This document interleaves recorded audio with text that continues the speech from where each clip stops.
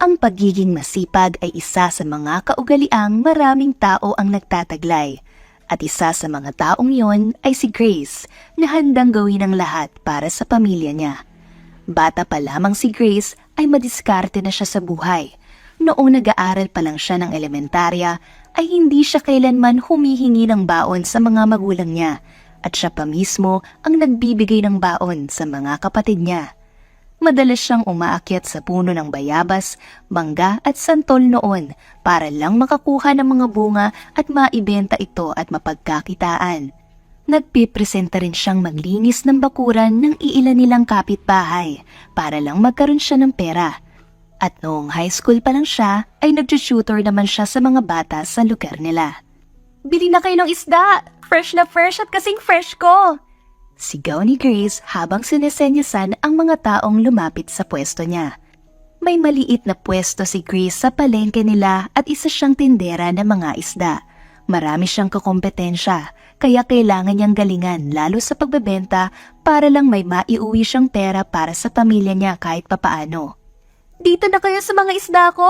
Nagmula pa ito sa Atlantic at Pacific Ocean, kaya sige na, bumili na kayo sa akin." Panghihikayat pa ni Grace.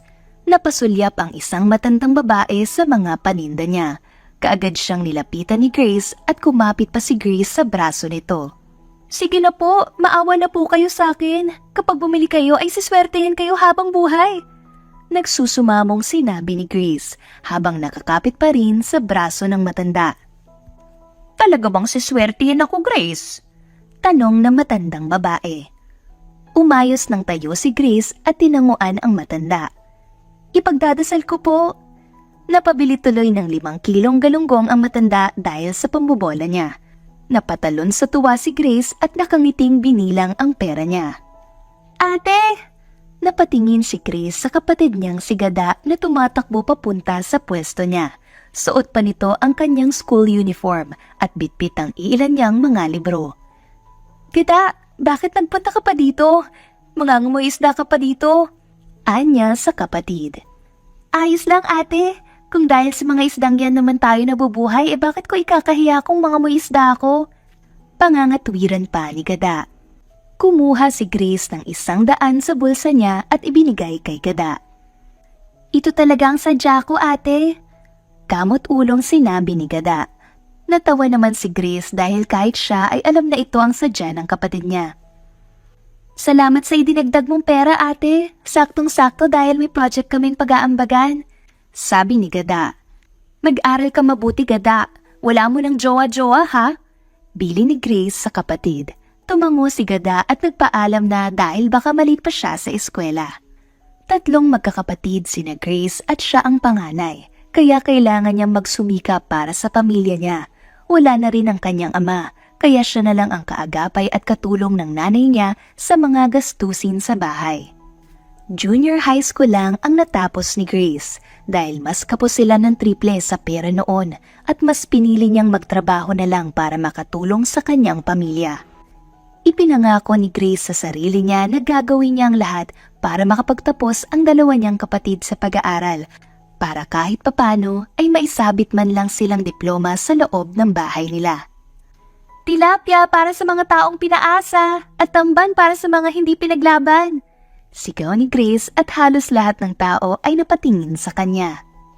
Napangisi naman siya dahil mukhang may tinamaan sa sinabi niya at mukhang epektibong paraan ito para makahakot ng customers. Maraming dumagsa sa pwesto niya at napabili. "Te, itong lapu-lapu ang bilhin mo. Matapang ito at kaya kang ipaglaban, hindi kagaya ng ex mo," alok ni Grace. "Sige, pabili ng 1 kilo, sagot ng isang customer. "Dalawahin mo na te," sabat naman ni Grace. "Sige na nga," sagot naman ito. Napasipol si Grace sa sobrang tuwa. Effective pala sa pagbebenta ang mga hugot lines. "May tulingan rin dito para sa mga taong nasaktan pero sinusubukang bumangon at muling lumaban," sigaw ulit ni Grace. Halos maubos na ang tindang mga isda ni Grace. Inggit na inggit naman sa kanya ang mga kapwa niya tindera dahil halos siya ang pinakasinwerte ngayong araw na ito. Pagod niyang ibinagsak ang sarili sa plastik na upuan at inayos ang buhaghag niyang buhok. Pag-uwi sa bahay ay naabutan ni Grace ang nanay niya na naglalabada. Isa kasing labandera ang kanyang ina at marami itong kliyente. "Nay, tulungan na po kita." Pumasok si Grace sa loob ng bahay at inilapag muna sa mesa ang mga dala niya bago muling lumabas ng bahay. "Hindi na kailangan, Grace. Kaya ko na ito at paniguradong pagod ka kanina sa palengke." Pag-awat ng kanyang ina, nagsimula ng kusutin ni Grace ang ilang labada. "Ayos lang to, Nay. At sa ating dalawa ay ikaw dapat ang hindi napapagod. Pwede mo namang itigil na ito, Nay. At ako na po ang gagawa ng paraan para mairaos tayong lahat." Pagod na bumuntong hininga ang kanyang ina. "Ay, naku Grace, hindi naman kita pwedeng hayaang mapagod mag-isa. Ako ang nanay niyo at obligasyon ko kayong lahat ng mga kapatid mo," sabi nito sa kanya. Napangiti si Grace. "Hayaan mo, Nay. Kapag ako nakapangasawa ng mayaman, naku, bibilan kita ng 10 mansyon at lampas 100 na magiging maids natin sa bahay." Masigla niyang sinabi sa kanyang ina. Natawa na lamang silang dalawa. Nakasuot si Grace ng pulang dress. Luma na ito at medyo kupas na, pero pwede pa namang mairampa sa labas ng bahay. Balak ni Grace puntahan si Elmer, ang magsasakang kaibigan niya. May gusto siya kay Elmer at malakas ang kutob niya na gusto rin siya nito. Gwapo, masipag at patipuno si Elmer. Mabait rin ito kaya siya nagustuhan ni Grace. Nag-send ng text si Grace kay Elmer na gusto niyang makipagkita rito. Nais na kasi niyang magtapat kay Elmer tungkol sa totoong nararamdaman niya para dito. Dahil ilang araw na lang, aalis na papuntang Maynila si Elmer. "Nay, alis muna po ako." Nakangiting paalam niya sa kanyang ina na abala sa pagdidilig ng mga halaman. Malapit lang ang bahay nila Elmer, kaya ilang minutong lakaran lang ay narating na agad ito ni Grace. Saktong kakarating lang rin ni Elmer galing sa palayan. Ibinaba nito ang mga dala niya at kaagad na napangiti nang makita si Grace. "Grace, kakabasa ko lang ng text mo at kaagad akong nagmadali sa pag-uwi," sabi ni Elmer. "Elmer, may gusto lang sana akong sabihin sa'yo." Nang bibitin niyang sinabi, mariing nakakuyom ang kanyang mga kamao. "Ano yun, Grace?" tanong naman ni Elmer. "Ako rin sana ay may gustong sabihin sa'yo," anito. Tumikim si Grace at ngiting-ngiti. Naiisip niya na siguro magtatapat na rin si Elmer sa kanya. "Sige, ikaw na ang mauna," ani Grace. "Mapapaaga ako ng alis papuntang Maynila," sabi ni Elmer. "Kailan?" "Bukas na agad," sagot ni Elmer. "Ano ba ang trabahong nakuha mo sa Maynila?" Panguusisa ni Grace. "Papasok ako sa seminaryo. Gusto ko sanang magpari," ani Elmer na nagpalaglag naman ang panga ni Grace at napasign of the cross na lamang siya sa sobrang pagkagulantang. "Ano nga palang sasabihin mo sa akin, Grace?" Umiling si Grace. "Naiwan ko pala yung sinaing namin. Sige, bye." Nagmamadali siyang umalis at halos magkandara pa na siya. Lakad at takbo ang ginawa niya hanggang sa tuluyan na siyang nakauwi sa kanilang bahay. Napakapit siya sa gate nilang gawa sa kahoy at habol-habol ang kanyang hininga. Hindi makapaniwala si Grace na balak palang magpari ni Elmer. Alam niyang mabait ito at makajos, pero hindi niya lang ini-expect na gusto pala nitong magpari. Ang ibig sabihin, wala nang pag-asa si Grace sa kanya. At kailangan niya nang maghanap ng ibang lalaki na bibihag ng puso niya. Marami nang naging boyfriend si Grace, pero puro epic ang kinahihinatnan. Palagi siyang bigo sa pag-ibig. First boyfriend niya ay isang bakla pala at inamin nito ng lalaki sa mismong monthsary nila. May naging boyfriend rin siya na ilang beses siyang niloko. Maraming mga pangarap si Grace at isa na doon ang maikasal sa simbahan. Palagi siyang naghahanap ng pagmamahal, kaya ilang beses na rin siyang nagmahal at nasaktan. Naniniwala siya na may nakatadhanang tao sa bawat isa sa mundo at kailangan lamang nating maghintay. Pero si Grace ay mistulang naiinip na. "Ate, may ambaga na naman ulit kami sa school para sa isa naming project," sabi ni Gada kay Grace isang gabi habang nasa sala sila ng kanilang bahay at nanonood ng telebisyon. Black and white na ang TV nila Pero hindi pa rin nila ito napapalitan. Bukod sa wala silang pera, ay mapapakinabangan pa rin naman nila ang luma nilang TV. Teka, nagambagan na kayo nung nakaraan na? Kunot noong tanong ni Grace. Noong nakaraan pa yun, ate. Pangangatwiran ni Gada. Tumango si Grace sabay sinabing, ako na ang bahala, bibigyan kita bukas. Niyakap naman siya ni Gada at hinalikan sa pisngi. Thank you, ate. Panibagong araw at panibagong araw na naman para kumayod. Maraming tao ngayon sa palengke, kaya sobrang nagsisiksikan ang mga tao.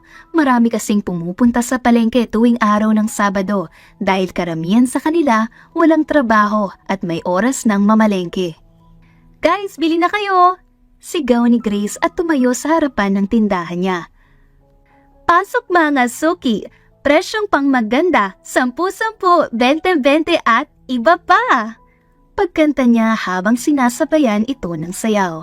Nagtawa na naman ang ibang nakakita at ang iba ay nilapitan ng pwesto niya para tumingin sa kanyang mga paninda. May tigde-20 ba dito? Tanong nung isang ale.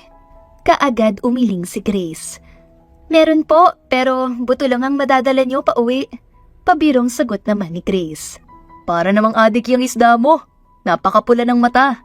Puna ng isang customer. Napangiwi si Grace. Dati po kasi siyang vampire.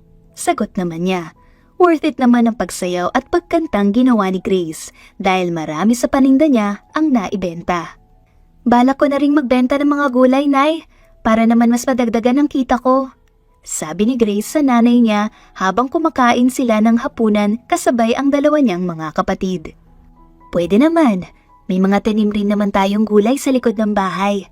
Pwede mong idagdag sa ibebenta mo yon. Sagot ng nanay ni Grace. Pwede rin naman akong maglako tuwing wala akong pasok, ate. Question ni Gada.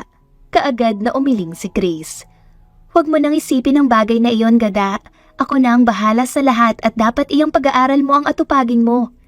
Payo niya sa kapatid. Promise ko sa'yo na kapag nakapagtapos ako sa pag-aaral ay susuklian ko lahat ng tulong ninyo ni nanay sa amin ni Gavin.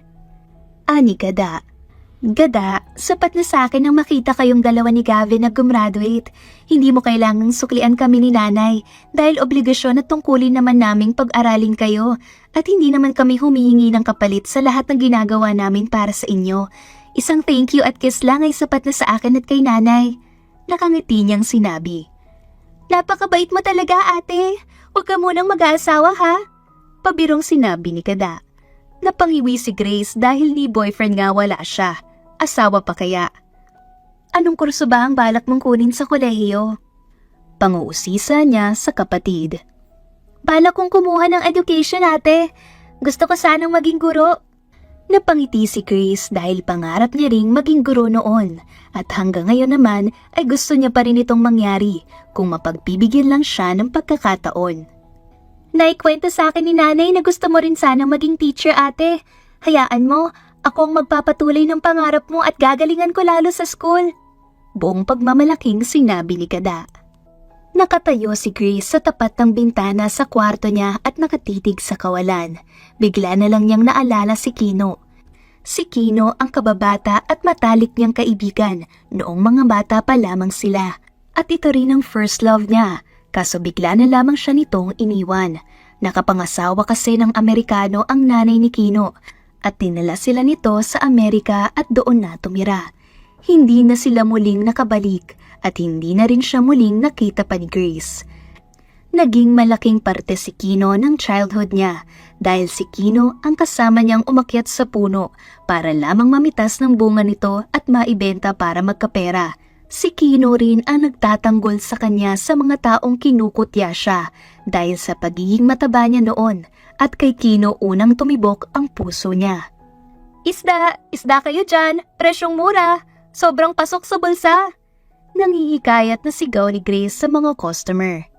Namataan ni Grace ang matangkad na lalaki sa kabilang tindahan. Namimili ito at maraming dalang supot, mukha ring mayaman dahil sa makinis at maputing kutis nito. Hoy, Pogi! Dito ka na sa akin. Dito ka na bumili. Sigaw niya sa lalaki. Nilingon siya nito at kaagad na paawang ang labi ni Grace nang makita ang pagmumuka ng lalaki. Napakagwapo at noong nagpaulan yata ng kagwapuhan si Lord ay nasalon niya lahat. Sobrang lakas ng kabog ng dibdib ni Grace nang makita ang lalaking naglalakad papunta sa pwesto niya. Hindi nila maialis ang tingin sa isa't isa. Hi, gusto mo ba ng jowa? Ng isda? Natatarantang tanong ni Grace habang titig na titig pa rin sa lalaki. Have we met before? Tanong ng lalaki. Napakamot si Grace sa kanyang ulo.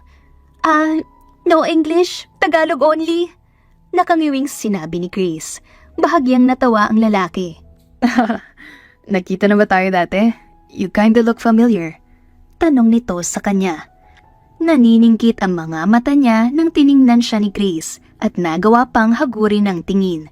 Masyadong gwapo ang lalaking nasa harapan niya ngayon at kung sakaling nakita niya na ito noon ay malamang maaalala niya ito agad pero hindi niya talaga matandaan ang pagmumuka ng lalaki.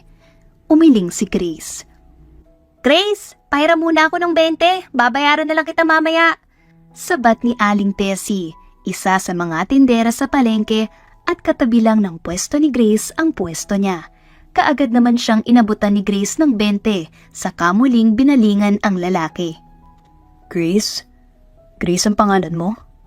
Tanong ng lalaki, bahagyang namangha. Kumunot ang noo ni Grace at tinanguan siya. Ang laki ng pinagbago mo. Biglang komento nito. Mas lalo namang naguluhan si Grace. Ha? Tanong niya. Hindi mo ba ako naaalala?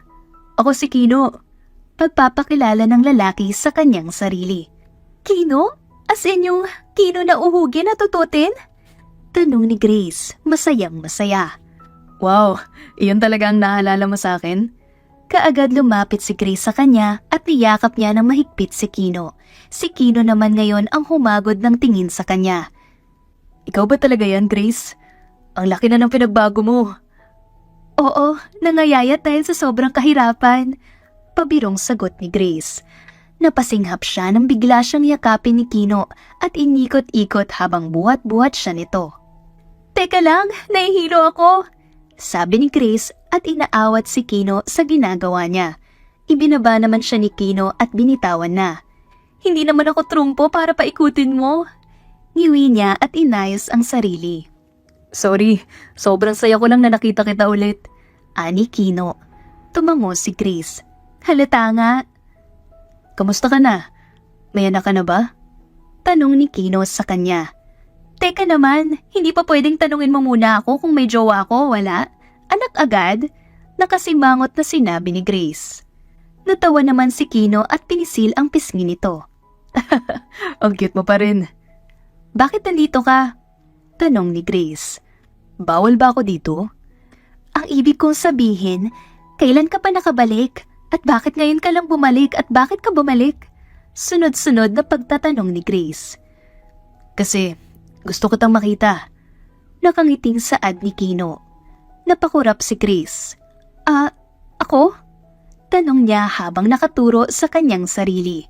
Walang pag-aalinlangan tumango si Kino. Gusto kong makasama ka at bumawi sa'yo.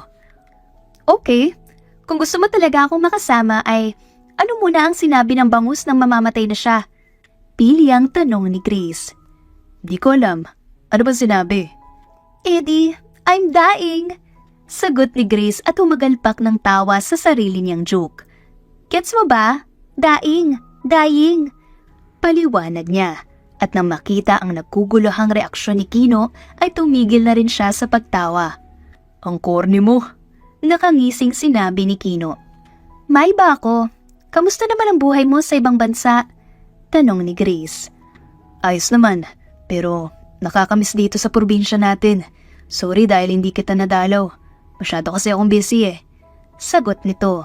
Isinama ni Grace si Kino pauwi sa bahay nila. Sino yan, Grace? Gulat na tanong ng nanay ni Grace. Lumapit si Kino sa nanay ni Grace at nagmano. Boyfriend mo ba ang lalaking ito? Anong klaseng gayuma ang ginamit mo? Nay, hindi ko po siya boyfriend pero sana maging boyfriend, charot lang. Siya si Kino, Nay. Paliwanag ni Grace. Kino? Hinawakan niya ang mukha ni Kino at sinundot pa ang pisngi. Napakagwapo mo na lalo, para ka ng artista. Nakangiting puri nito kay Kino. Napangisi naman si Kino. Kamusta ang nanay mo? Tanong ng ginang. Ayos lang naman po. Nasa Paris siya ngayon para magbakasyon. Noong namatay kasi ang stepfather kong Amerikano, ay palagi nang lumilipad sa iba't ibang bansa si nanay para makalimot. Mahabang sagot ni Kino. Condolence, sabay tapik ni Grace sa balikat ni Kino. Noong gabing iyon ay sa bahay nila Grace naghapunan si Kino at ipinagluto pa siya ng ina ni Grace ng paborito nitong pinakbet. Sobrang saya ni Kino dahil ngayon lang ulit siya nakatikim ng lutong Pinoy. Parang nakaglu ang mga mata ni Grace sa mukha ni Kino dahil hindi niya maialis ang paningin niya rito. Sobrang laki kasi ng naging glow up ni Kino at ang kinis pa ng mukha nito.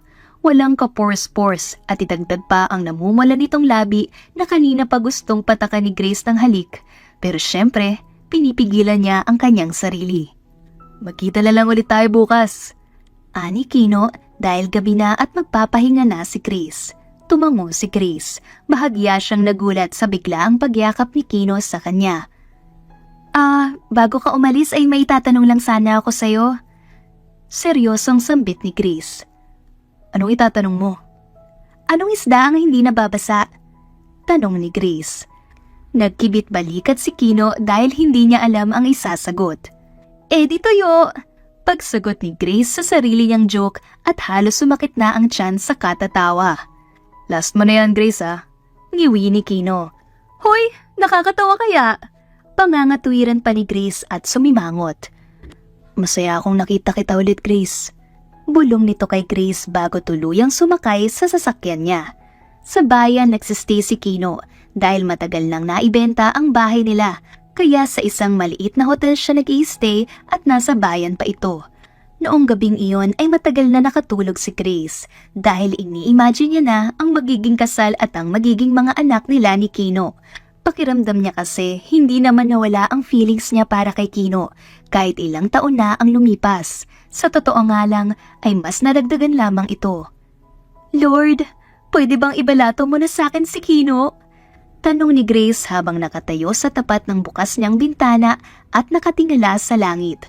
Magkadikit ang kanyang dalawang palad at nakapikit pa. Kinaumagahan ay laking gulat ni Grace nang makita si Kino na nagkakape sa sala nila. Nagkatinginan silang dalawa at kaagad na tumakbo si Grace pabalik sa kwarto niya para makapag-ayos. Naglagay pa siya ng kaunting lipstick at pulbo. Inayos niya rin muna ang buhaghag niyang buhok bago muling lumabas ng kanyang silid. Nginitian niya si Kino. Ganito talaga ako kaganda kapag bagong gising ako. Anya sabay po sa harapan ni Kino. Naglakad siya papalapit kay Kino. Bakit naparito ka? Ang aga pa. Sumimsim muna si Kino sa kape niya bago naisipang sagutin si Grace. Gusto ko sanang samahan ka sa palengke ngayong araw. Ha? Mabaho doon at saka maingay. Masyado ring magulo kaya baka hindi mo kayanin. Sagot ni Grace. Natawa si Kino sa sinabi niya. Grace, dito ako lumaki, remember? Napaisip muna si Grace. Promise, hindi ako manggugulo. Dagdag pa niya. Isasama kita kapag nasagot mo muna ang tanong ko. Ani Grace. Anong isda ang may suot na bra? Tanong ni Grace. Isang joke na naman tungkol sa isda. Hindi ko alam ang sagot kaya sirit na. Sagot ni Kino. Eddie, sirena! Bumahakhak ng tawa si Grace. Pagod na napabuntong hininga si Kino. Sa huli ay isinama rin naman ni Grace si Kino sa palengke. Sa loob at labas ng palengke ay agaw pansin si Kino dahil para talaga itong artista at model dahil sa kagwapuhan at katikasan niya. Gusto na lamang ilagay ni Grace si Kino sa loob ng bag niya dahil masyado itong nakakahakot ng atensyon. Iniayos muna ni Grace ang mga paninda niya habang pinapanood naman siya ni Kino sa gilid. Nag-alok si Kino ng tulong pero kaagad itong tinanggihan ni Grace dahil sayang naman ang porma ni Kino kung mangangamoy isda lang siya. Magkano to, Pogi? Tanong ng isang babae habang nakatitig kay Kino. Iwinawagayway ni Grace ang kamay niya sa harap ng babae. Miss, sa isda ang tingin kasi ito naman ang bibilin mo at hindi siya. May halong inis niyang sinabi. Inirapan siya ng babae. Pabili ng 1 kilong galunggong. Mataray nitong sinabi. Wala bang free kiss kapag bumili? Tanong pa nito na mas lalo namang kinainis ni Grace. Libreng sampal meron. Pabalang namang sagot ni Grace. Galit na naglakad palayo ang babae. Humagalpak naman ng tawa si Kino. Para ka nagsiselos. Komento niya.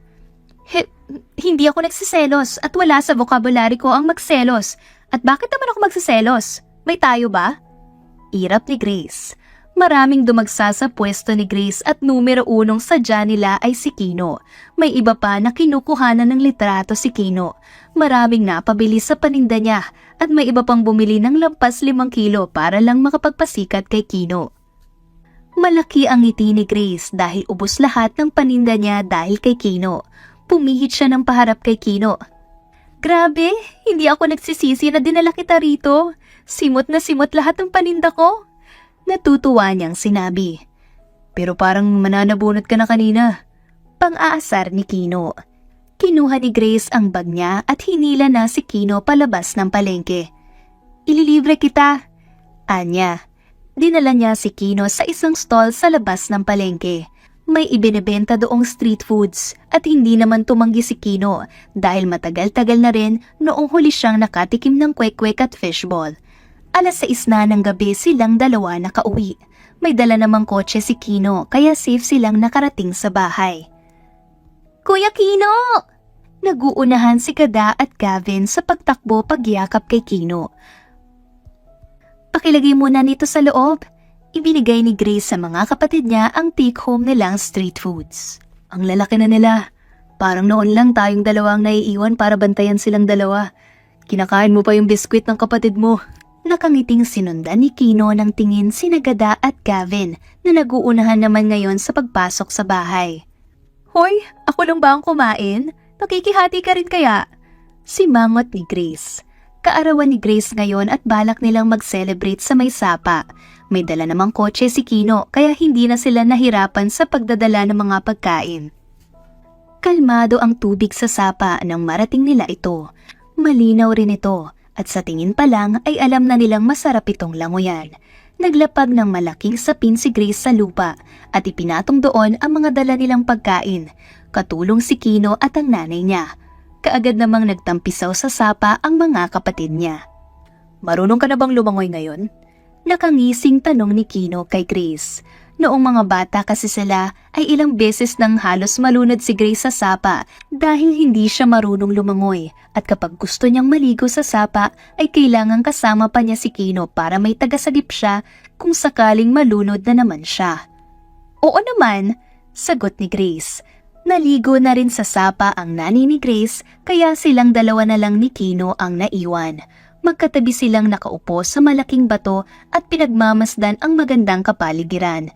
Napakaraming puno sa paligid at napakasarap pakinggan ng sunod-sunod na huni ng mga ibon. Do you believe in destiny, Kino? Bigla ang tanong ni Grace. Wow, umi-English ka na. Natatawang pang-aasar ni Kino. Epal ka. To answer your question ay, siguro hindi. Para kasi sa akin, tayo ang gumagawa ng sarili nating tadhana. Pagsagot ni Kino sa itinatanong ni Grace. Saglit na napanguso si Grace at sinabing, So, hindi ka naniniwala na may taong nakatadhana para sa'yo? Naniniwala ako na ang tadhana ang nagdedesisyon kung para kanino ako. Para ka sa akin, sagot ni Kino. Nanlaki ang mga mata ni Grace at kaagad na namula sa sobrang kilig at hiya. Ha? Ang sabi ko, maligo na tayo. Nakangising tugon ni Kino at nauna na sa sapa. Napanguso naman si Grace at napakamot sa ulo niya. Hindi naman yun ang sinabi mo eh. Sigaw niya at sinundan si Kino. Hapon na sila nakauwi sa bahay at kasama pa rin ng pamilya ni Grace si Kino. Akmang papasok na sana si Grace sa loob ng kanilang bahay pagkatapos makapagpaalam nang biglang hulihin ni Kino ang kamay niya.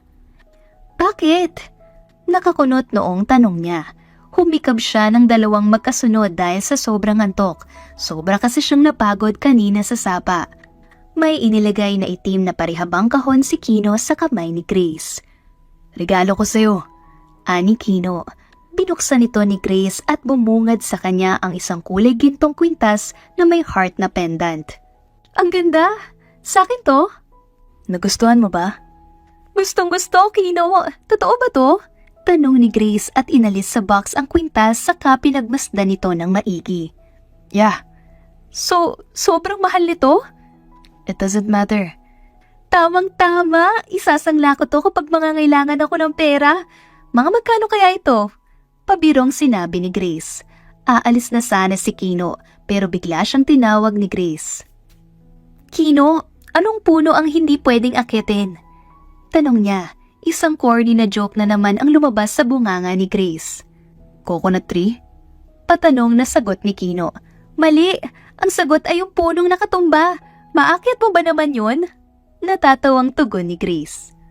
Napapadalas ang pagsama ni Kino sa palengke at minsan tumutulong pa siya sa pagbebenta.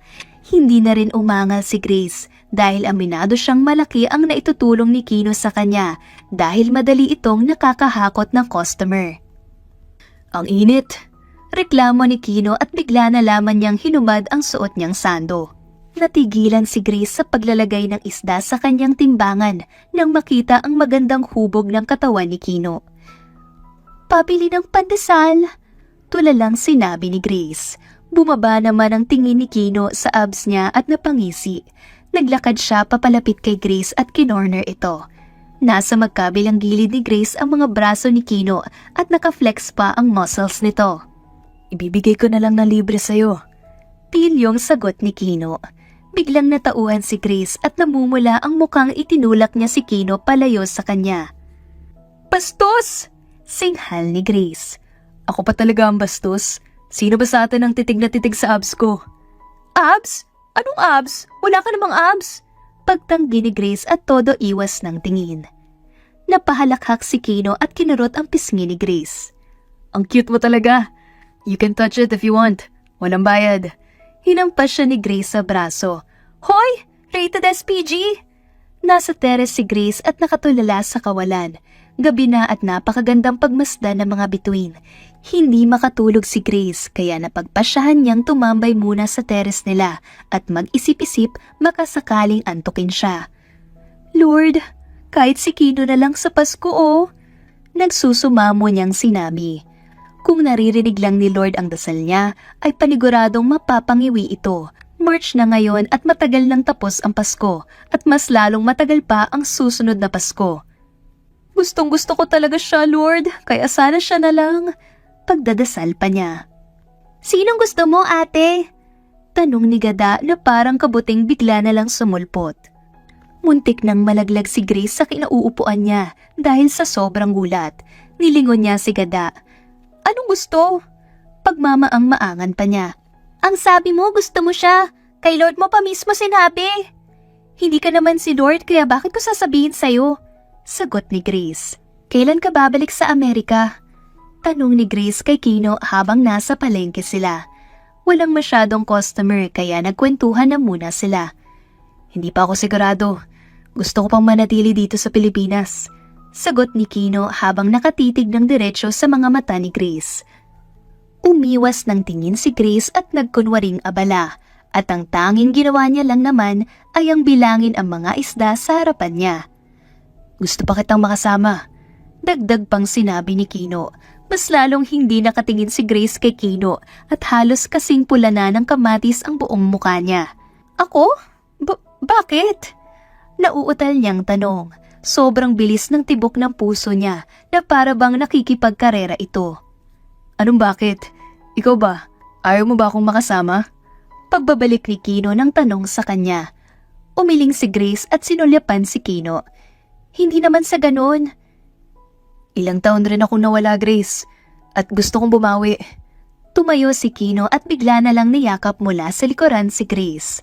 Mas lalong bumilis ang tibok ng puso ni Grace at parang may mga paru-parong nagkakagulo sa loob ng tiyan niya. Yung pakiramdam na para siyang matatae. Sorry kung bigla na lang kitang iniwan noon. Pulong ni Kino. Loko, okay na tayo, 'di ba? At saka gets ko naman kung bakit umalis kayo. Nakangiting sagot ni Grace. Kumalas si Kino mula sa pagkakayakap niya kay Grace. Pumihit naman si Grace paharap kay Kino at ginulo ang buhok nito. Matagal ka nang nakabawi. Yung pag-uwi mo pa lang dito at ang pagbalik mo sa buhay ko ay bawing-bawi ka na doon, sabi ni Grace. Pero kung gusto mo talagang makabawi ay sagutin mo muna ang tanong ko kung ano ang sinabi ng isda nang hiwain siya sa gitna. Hindi ko alam eh. Ano ba ang sagot? Eddie, I'm tuna. Gets mo? Tuna. Ibig sabihin, dalawa na siya. Natatawang paliwanag ni Grace kay Kino. Expired na tiki-tiki ata ang nakain mo nung bata ka pa. Kamot ulong sinabi ni Kino. Tangik, hindi naman ako nagtiki-tiki nung bata pa ako. Depensa ni Grace. Napailing-iling na lamang si Kino. Sa mga nagdaang araw ay naging abala si Grace sa paglalako ng mga gulay para madagdagan ang kanyang kinikita. Para namang asong bumubuntot si Kino sa kanya dahil gusto niyang tulungan si Grace at hindi na rin nagreklamo pa si Grace dahil mabilis na nauubos ang mga paninda niya dahil kay Kino. Mabilis kasi talagang makahakot ng customers ang kagwapuhan ni Kino.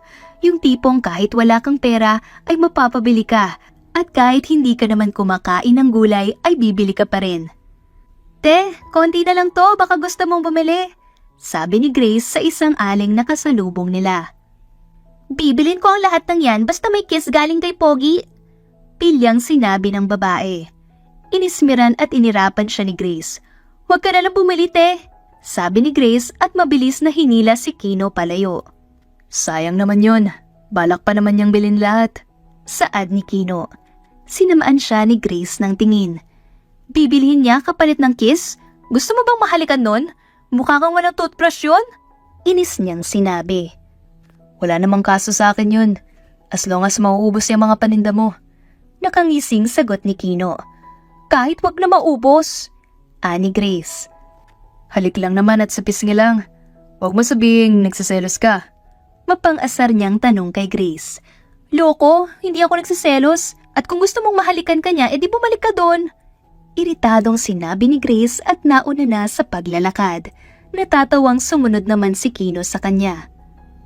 Maraming labada ngayon ang nanay ni Grace, kaya hindi na muna siya nagtinda sa palengke. Gusto niyang tulungan ng nanay niya para mabilis nitong matapos ang paglalaba at makapagpahinga ng mas maaga. Napakabait na bata ni Kino. Bigla ang pagpuri ng nanay ni Grace kay Kino habang naglalabas sila. Napangiti naman si Grace at halatang proud sa kaibigan niya. Alam niya kasi na mabait talaga si Kino kahit noon pa. Matulungin rin ito, kagaya niyang masipag sa buhay. Kung mag-aasawa ka ay gusto ko kagaya ni Kino. Dagdag pa ng kanyang ina. Nay, bakit kagaya pa ni Kino? Kung siya na lang kaya mismo ang asawahin ko. Pili ang hirit ni Grace. Pwede naman at payag ako, basta ba may gusto siya sa'yo? Sagot ng nanay niya. May gusto ka ba kay Kino, Grace? Panguusisa pa ng kanyang ina at itinigil ang pagkukusot ng mga damit para lang maituon ang buong atensyon kay Grace. Imbis na sagutin ng ina ay gumuso lang si Grace at nanahimik. May gusto sanang ibigay si Kino kay Grace, kaso naiwan niya ito sa hotel at nang sabihin niyang babalikan niya ito para kunin ay kaagad nagpresenta si Grace na sumama sa kanya.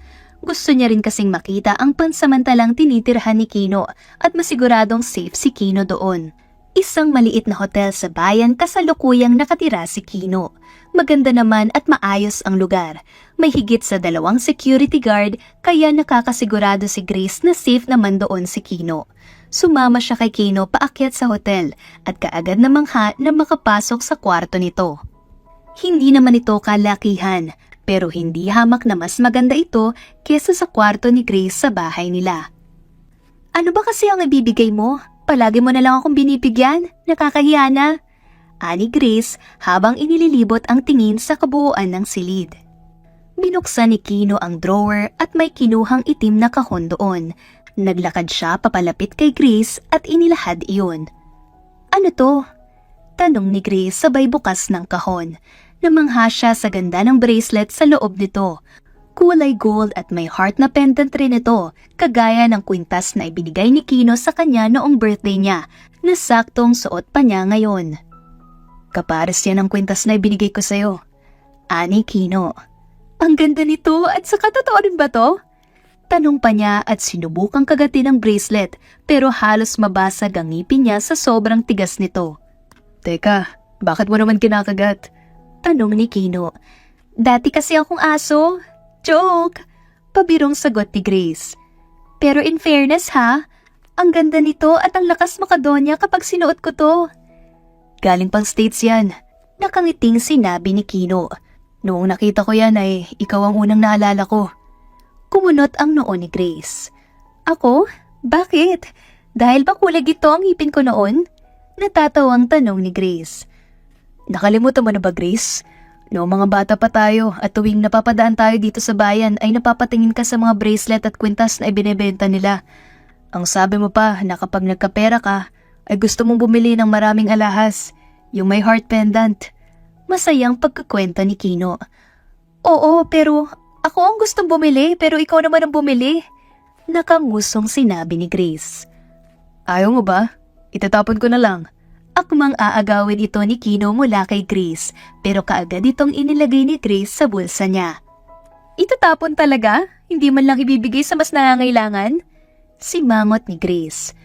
Pero salamat dito, Kino. Napakaganda ng regalo mo at dahil gipit ako, isasangla ko to. Pabiro niyang hirit. I don't mind. Sa'yo naman yan eh. Pagkibit balikat ni Kino. Joke lang. Kahit asin na lang ang ulam ko at butas na lahat ng panty ko ay hindi ko isasangla ito kasi si nanay ang magsasangla. Pabirong sinabi ulit ni Grace. Dahil nagugutom na silang dalawa ay napagdesisyonan nilang kumain sana. Kaso nung akmang pabalabas na sana sila ng kwarto ay biglang bumukas ang pinto at iniluwa nito ang isang maganda, matangkad, maputi, makinis at sexing babae. Kino! Babe! Maarting sigaw nito at tumakbo kay Kino. Niyakap nito ng mahigpit si Kino. Nakatulalang tumingin si Grace sa kanila. Marahang inilayo ni Kino ang babae mula sa kanya. Ariana, bakit nandito ka? Kunot noong tanong niya. Hindi ka ba masaya na nandito ako, babe? Tanong ng babae at binalingan si Grace. Babe, girlfriend ka ba ni Kino? Sabat ni Grace habang palipat-lipat ang tingin kay Kino at Ariana. Tumango si Ariana habang umiling naman si Kino.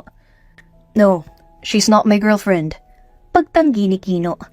Pero malapit na. Pagsingit naman ni Ariana. Kailangan ko na palang umuwi, Kino.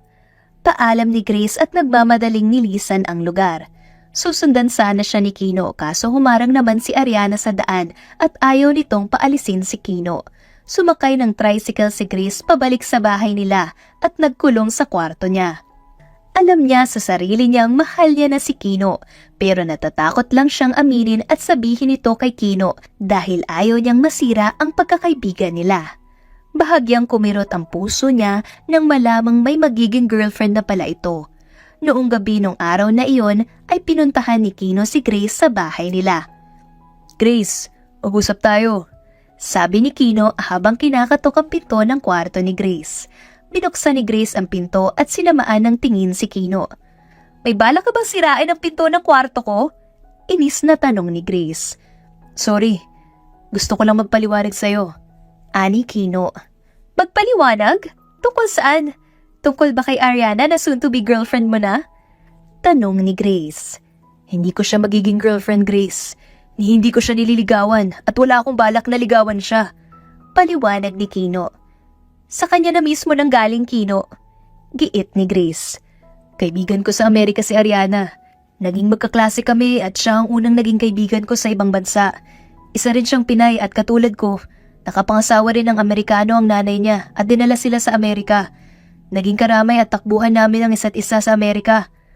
Pagkakwento ni Kino. Matagal ko nang alam na gusto niya ako dahil inamin niya mismo ito sa akin. Pero matagal ko na ring nilinaw sa kanya na wala akong nararamdamang iba para sa kanya. Bakit mo ba ipinapaliwanag ang lahat ng ito? Asik ni Grace. Kasi ayokong mag-isip ka ng iba at kaibigan kita kaya dapat malaman mo ang tungkol dito. Sagot ni Kino. Napalunok si Grace nang marinig ang salitang kaibigan. Tama, isa lamang siyang kaibigan ni Kino. Isang kababatang binalikan ni Kino pagkatapos ng ilang taon para bumawi. Isa lang siyang kaibigan pero ang lakas ng loob niyang umasang magiging sila ni Kino. Naiintindihan ko. Matamlay na sinabi ni Grace. May sasabihin ka pa bang iba? Kailangan ko na kasi magpahinga dahil maaga pa ako bukas sa palengke. Hindi na umimik si Kino kaya pinagsarhan na siya ni Grace ng pinto. Sumandal si Grace sa pinto at dahan-dahang nagpadausdos hanggang sa mapaupo na siya sa semento. Umiiyak siya nang walang lumalabas na luha at inis na ginulo ang buhok niya. Gusto niya na lamang batukan ang sarili niya dahil sa kaartehan niya, para siyang girlfriend na nagsaselos kung umarte. Kinaumagahan habang nagbebenta ng mga isda sa palengke si Grace ay biglang dumating si Kino at may dala itong mga pandesal. Inilapag niya ito sa gilid at sinabing, "Kumain ka muna. Dumaan ako sa bahay ninyo kanina at sinabi ng nanay mo na umalis ka nang hindi man lang kumakain ng breakfast." "Hindi naman uso sa akin ang breakfast na yan." Masungit na sagot ni Grace. "Kahit na Grace, breakfast is the most important meal of the day. At isa pa, halos buong araw kang nandito sa palengke, kaya kailangan mong kumain para magkaroon ka ng lakas." Payo pa ni Kino. "Kino!" Isang babae ang sumigaw at tumatakbo papunta sa kinaroroonan ni Kino at Grace. Ito ay walang iba kundi si Ariana. Kaso, biglang nadulas si Ariana. Kaagad tumakbo si Kino at Grace papalapit sa kanya. "Anong ginagawa mo dito? At paano mo nalamang na dito ako?" Tanong ni Kino habang inaalalayan si Ariana na makatayo. "I think I broke all my bones. It's so ouchy, Kino." Maarteng reklamo ni Ariana. Napaismid si Grace dahil mukha namang okay si Ariana at hindi naman malakas ang impact ng pagkakadulas niya. At ang OA naman kasing nabali lahat ng buto, kuno niya. "Bakit kasi nagsusuot ka ng high heels sa ganitong lugar?" Sabat ni Grace. Inirapan siya ni Ariana. "It's none of your business." Asik ni Ariana kay Grace at si Grace naman ngayon ang napairap. "Bring me to the hospital, Kino." Utos pa nito kay Kino. Bumaling si Kino kay Grace. Umiwas naman ang tingin si Grace at bumalik na sa pwesto niya habang binuhat naman ni Kino si Ariana at dinala sa kanyang kotse. Binantayan ni Kino si Ariana sa ospital. Hindi siya makaalis dahil ayaw namang magpaiwan ni Ariana. "Ayos lang naman siya at pwede na din siyang makauwi." Pagbabalita ng doktor. Akmang aalis na sana si Kino nang bigla siyang hilahin ni Ariana. "No, hindi ako okay. Please stay, Kino." Walang nagawa si Kino kundi ang samahan na lang muna si Ariana. "Ate, kanina ka pa tulala. Anong iniisip mo?" Tanong ni Gada nang makitang nakatunganga sa sala si Grace. "Mahirap ba akong mahalin, Gada?" Tanong ni Grace. "Ha? Bakit mo naman natanong?" "Ang dami ko nang naging boyfriends pero walang nagtatagal. Hindi ba ako worth it para mahalin at huwag iwanan?" Tanong niya sabay buntong hininga. "Ate naman, napakasipag at napakabait mo. Maalaga ka pa at madiskarte. Kaya syempre hindi ka mahirap mahalin. Worth it ka ring mahalin. Kaya lang siguro walang nagtatagal sa'yo dahil baka hindi naman talaga sila ang para sa'yo." Sagot ni Gada sabay upo sa tabi ni Grace. "Bakit mo ba biglang natanong?" Umiling si Grace at hindi na umimik. Sa hotel na kasalukuyang tinitirhan ni Kino rin nakatira ngayon si Ariana at talagang kumuha pa siya ng room malapit sa room ni Kino para itong asong buntot ng buntot kay Kino. "Aalis ka?" Tanong ni Ariana nang makasalubong sila sa hallway. Tumango si Kino at nilampasan na siya. "Sasama ako!" Nagmamadaling sumunod si Ariana sa kanya kaya sa huli kasama niya si Ariana sa pagpunta kay Grace sa palengke. Tumigil na ang sasakyan sa harapan ng palengke at naunang bumaba si Ariana. "Sa palengke na naman? Bakit pa gusto mong nagpupunta dito? Napakabaho at napakalansa dito." Pagrereklamo ni Ariana. Nilingon siya ni Kino. "E di sana hindi ka na sumama." Anya. Umirap si Ariana. "I want to be with you, Kino." Kiit niya. "Bili na kayo ng isda. Fresh na fresh pa to." Sigaw ni Grace. Nakangiwing tiningnan ni Ariana ang mga nakadisplay na isda. "Fresh ba yan? Mukha silang haggard." Puna niya. "Na-stress kasi sila sa kakahanap kung nasan ang paki ko sa'yo." Buwelta ni Grace.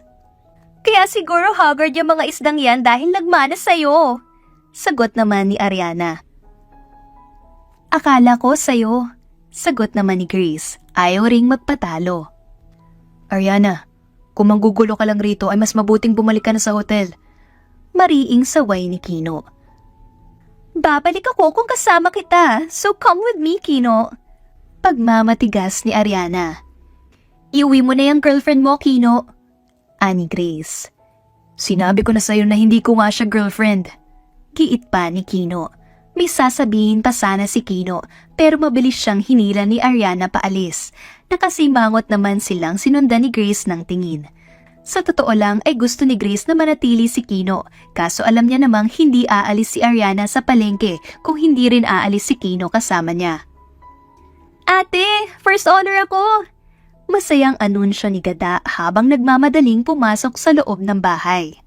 Sa kusina niya natagpuan si Chris kung saan abala ito sa pagluluto ng pagkain para sa kanilang hapunan. Malaki ang ngiting iniabot ni Gada ang medal at certificate niya kay Grace. Kaagad namang sumilay ang ngiti sa loob ni Grace noong makita ang napakataas na grado ni Gada. Nagyakapan silang dalawa. Ang galing mo, Gada! Noong umulan ata ng katalinuhan ay nasa langit ka at ikaw ang namimigay habang nasa loob naman ako ng bahay at natutulog. Pagpuri ni Grace at pinugpog ng halik ang kanyang kapatid. Kinagalingan ko talaga yan ate para sa inyo ni nanay. Proud na sinabi ni Gada. Tinapik ni Grace ang kanyang ulo at sinabing, proud na proud ako sa iyo Gada. At paniguradong magiging masaya si nanay kapag nalaman niya ito. Inasan ba si nanay ate? Luminga si Gada sa paligid. Binalikan ni Grace ang kanyang niluluto. Inihatid lang yung mga nalabhan niyang damit at kasama niya si Bunso. Uuwi na rin yun maya-maya. Paliwanag ni Grace. Okay po. Gada, kung talagang matalino ka, saan nagtatrabaho ang mga isda? Tanong ni Grace. Hindi ko alam ate. Hindi naman ata nagtatrabaho ang mga isda. Seryosong sagot ni Gada. Nagtatrabaho kaya sila sa O-Fish. Gets mo? Office tapos O-Fish? Puyat ka na naman ata ate. Natatawang sagot ni Gada. May kumatok sa pinto at kaagad tumakbo si Gada sa pintuan para mapagbuksan ito. Kuya Kino! Anya at niyakap si Kino. May dala nga pala akong pagkain. Pizza at lechong manok para sa inyo. Ani Kino sabay abot ng mga dala niya kay Gada. Sumilip siya sa loob ng bahay. Nandyan ba ang ate Chris mo? Tanong niya. Tumango si Gada. Nasa kusina po nagluluto. Pasok ka kuya. Pag-aanyaya ni Gada sa kanya. Hindi na. Aalis na rin ako. Aalis ka na agad? Hindi ka man lang ba magsistay muna kahit ilang minuto lang? Sabat ni Grace at nilapitan si Kino. Nagpaalam naman si Gada sa kanila at dinala sa kusina ang mga pagkaing ibinigay ni Kino. Bakit Grace? Gusto mo bang manatili pa ako? Hindi ka na ba galit sa akin? Tanong naman ni Kino sa kanya. Bakit mo ba sinasagot ng tanong yung tanong ko? Pairap na sinagot ni Grace.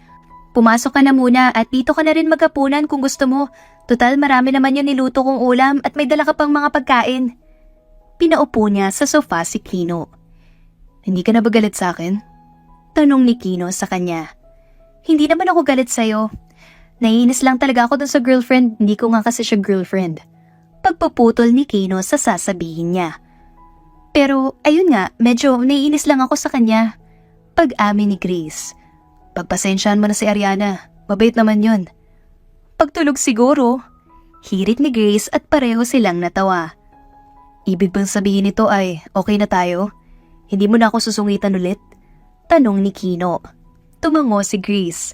Tumayo si Kino at nilapitan si Grace sa kanila niyakap ang isa't isa. Sorry kung nasungitan kita ng ilang araw. Ani Grace. Sorry din Grace. Susubukan kong kausapin si Ariana. Tugon ni Kino. Pero ano muna ang ginagamit na panulat ng mga isda? Nakangising hirit pa ni Grace. Nagsusulat ba sila? Oo naman. At lafish ang ginagamit nila. Lafish?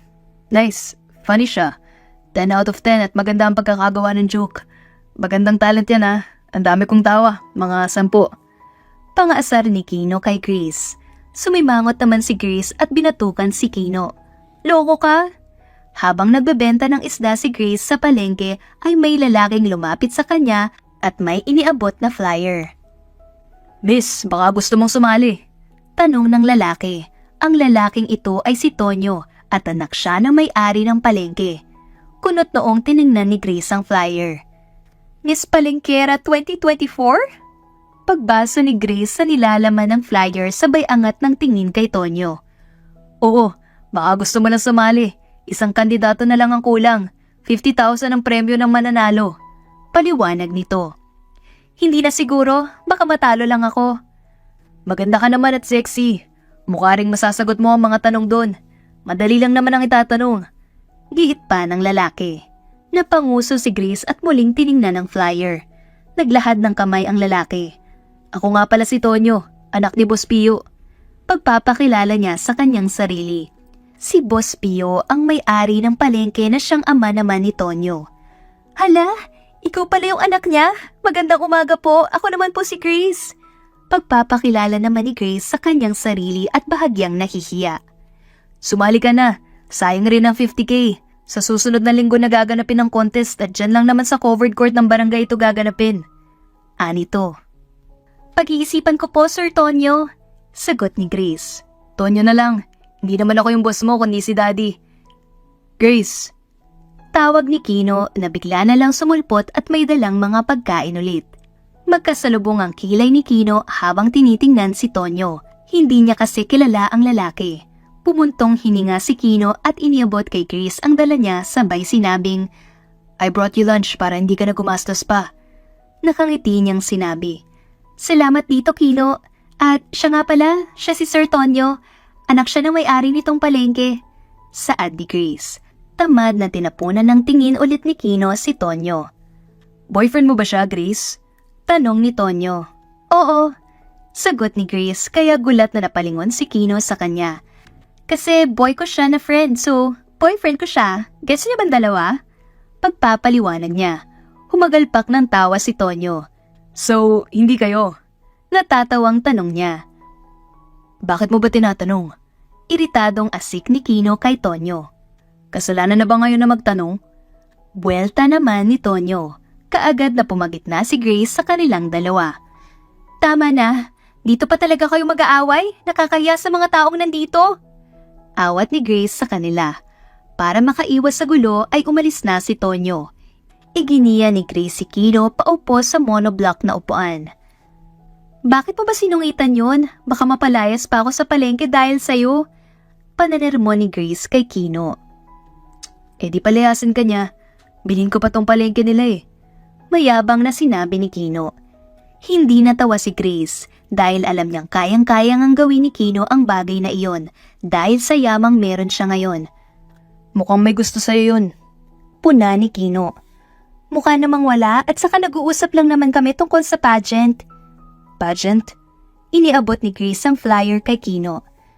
"Miss Palengkera 2024 daw at gusto niyang sumali ako." "Sasali ka ba?" Tanong ni Kino. "Ewan pero malaki ang papremyo eh." Sagot ni Grace. "Eh di sumali ka." Pang-eengganyo ni Kino sa kanya. Napanguso si Grace. "Mananalo ba ako?" "Hindi mo malalaman kung hindi mo susubukan, Grace. Basta, 100% ang suporta ko sa'yo." Ibinalita ni Grace sa nanay niya ang plano niyang pagsali sa pageant. Kaagad namang kinuha ng nanay niya ang mga gown niya noong bata-bata pa lang siya at ipinakita ang lahat ng iyon kay Grace.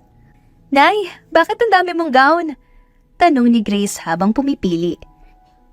"Noong dalaga pa ako ay madalas akong sumali sa mga pageant sa barangay kaya ayan, sa pageant rin kami nagkakilala ng tatay mo."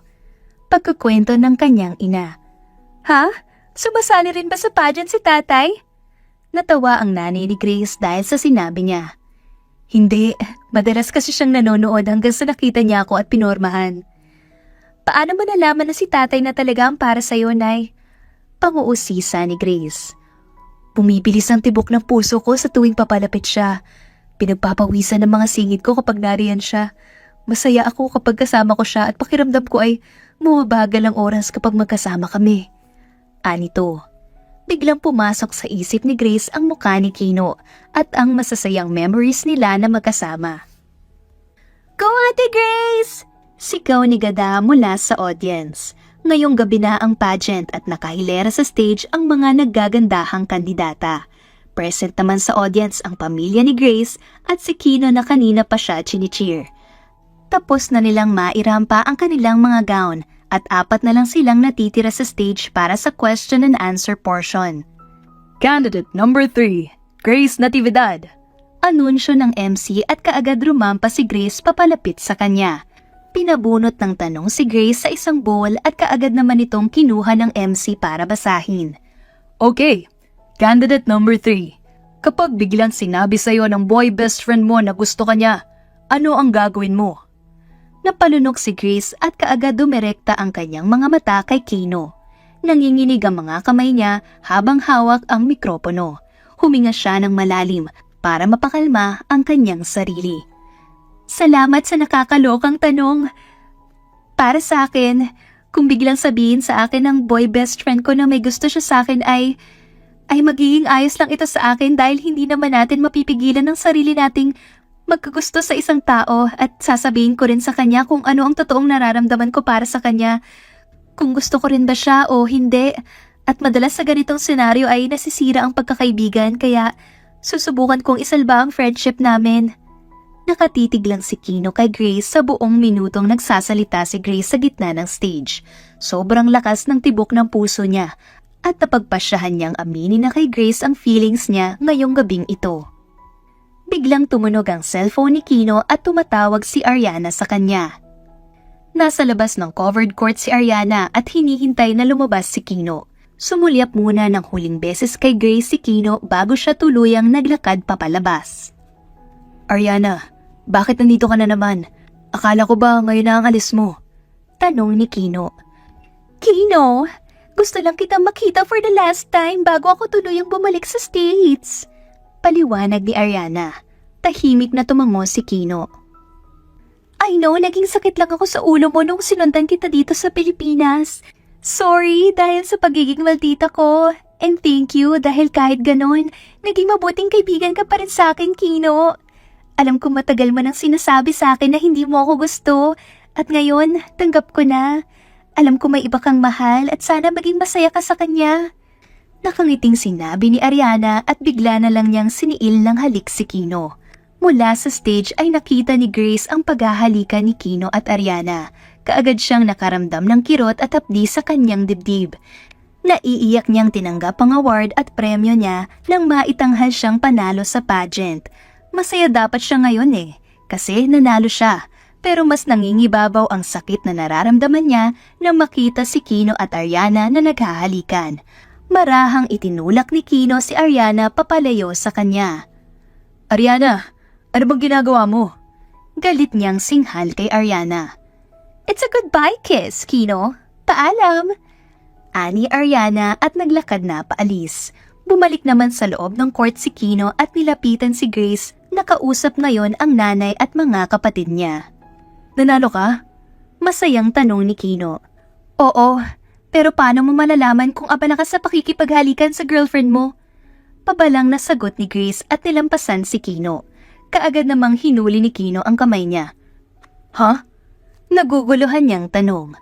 Akala ko ba hindi mo siya girlfriend, pero bakit naghahalikan kayo? Tanong ni Grace at nagsimula na siyang umiyak. Nakita mo? Oo, Kino. Kitang-kita ng dalawang mata ko kung paano kayo naghalikan. Sigaw ni Grace sa kanya. Wala lang yun, Grace. Nagpaalam lang si Ariana sa akin.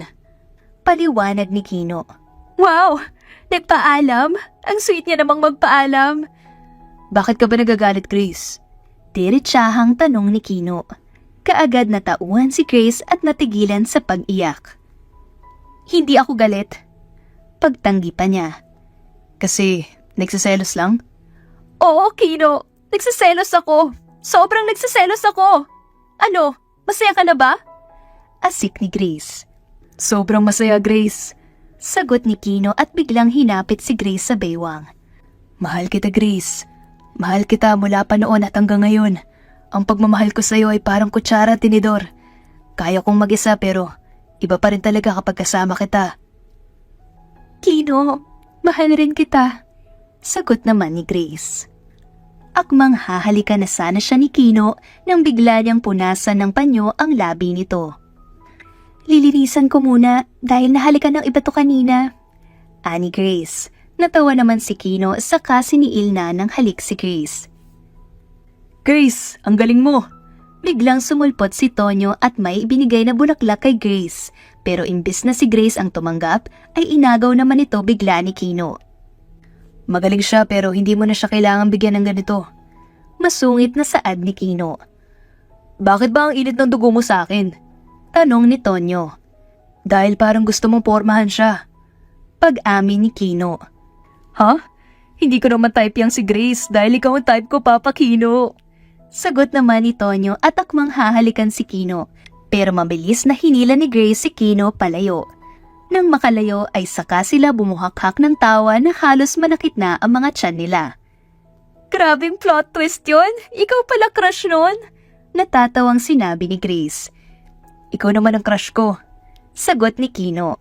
Namula ng husto si Grace. Niyakap siya ni Kino. Mahal na mahal kita, Grace. Opisyal na silang naging magkasintahan at sa mga araw na magkasama sila ay sobrang saya ng mga puso nila. Sobrang tagal rin nilang itinago ang feelings nila sa isa't isa at noong naisipan nilang umamin ay worth it naman ang kinalabasan. Grace, kailangan kong bumalik sa Amerika. Nagkaroon kasi ng problema sa negosyo ko doon. Ani Kino. Kaagad nakaramdam ng lungkot si Grace sa narinig. Hinawakan ni Kino ang kanyang kamay. Babalik rin naman ako agad, Grace. Humikbi si Grace. Babalikan kita, okay? Pagbalik ko ay papakasalan na kita. Paniniguro ni Kino. Mas lalong naiyak si Grace at niyakap ng mahigpit si Kino. Ilang linggo na magmula noong umalis si Kino at hindi siya mawala sa isipan ni Grace. Namimiss na ni Grace ang kanyang presensya at gusto na niyang umuwi si Kino. Kaso mukhang marami pa itong aasikasuhin sa States dahil matagal rin siyang nawala doon. Habang abala sa pagbebenta ng mga isda, ay isang customer ang lumapit kay Grace at may iniabot na bulaklak. Isa itong kumpol ng pulang rosas. Para sa akin to? Kanino galing? Tanong ni Grace pero hindi sumagot ang babae at basta na lang naglakad paalis. Nagtatakang sinundan naman siya ni Grace ng tingin. Pwede ko bang iuwi yung tindera? Ani Kino. Mabilis na napalingon si Grace sa kanya. Kino? Kaagad niyang niyakap si Kino. Nakangiting ginantihan naman siya ng yakap ni Kino. Bakit hindi mo man lang ipinaalam sa akin na uuwi ka pala? Tanong ni Grace. Gusto kitang sorpresahin, Grace. At sobrang nasurpresa nga ako. Bigla na lamang lumuhod sa harapan niya si Kino at may inilahad na isang maliit at kulay pulang box sa kanya. Naghiyawan ang mga tao at nakiusisa sa nangyayari. Grace, gusto kong makasama ka at maging asawa ka. Mahal na mahal kita at sa tingin ko hindi ko kakayanin kapag hindi ikaw ang naging asawa ko. Nakangiting sambit ni Kino at kinuha ang kamay ni Grace. Grace, please marry me. Anya. Anong isda mo nang matinik? Tanong ni Grace. Natawa si Kino at napailing na lamang. Edio, hindi pa nahuhuli. Ani Grace. So, will you marry me? Muling tanong ni Kino. Tumango ng maraming beses si Grace. Yes, Kino. I will marry you. Mahal na mahal rin kita. Tugon ni Grace. Isinuot ni Kino ang singsing sa daliri ni Grace at siniil siya ng halik. Mas lalong umingay ang paligid. Makalipas ang ilang buwan ay nagpakasal na sila. Present sa kasal ang pamilya ni Grace at umuwi rin sa Pilipinas ang mommy ni Kino para lang masaksihan ang bagong yugtong tatahakin ng anak niyang si Kino. Sobrang masaya ang lahat sa pag-iisang dibdib nila at kahit si Ariana ay present rin sa kasal. Bago pa kasi ang kasal ay humingi siya ng tawad kay Grace sa lahat ng masamang inasal niya at naging magkaibigan na rin sila. Napagpasyahan ni Kino na manatili na lang sa Pilipinas at dito na manirahan. Pwede niya namang bisitahin na lang ang negosyo niya doon. Makalipas ang 1 taon ay nagkaanak sila ng mga cute at kambal na sanggol. Wakas.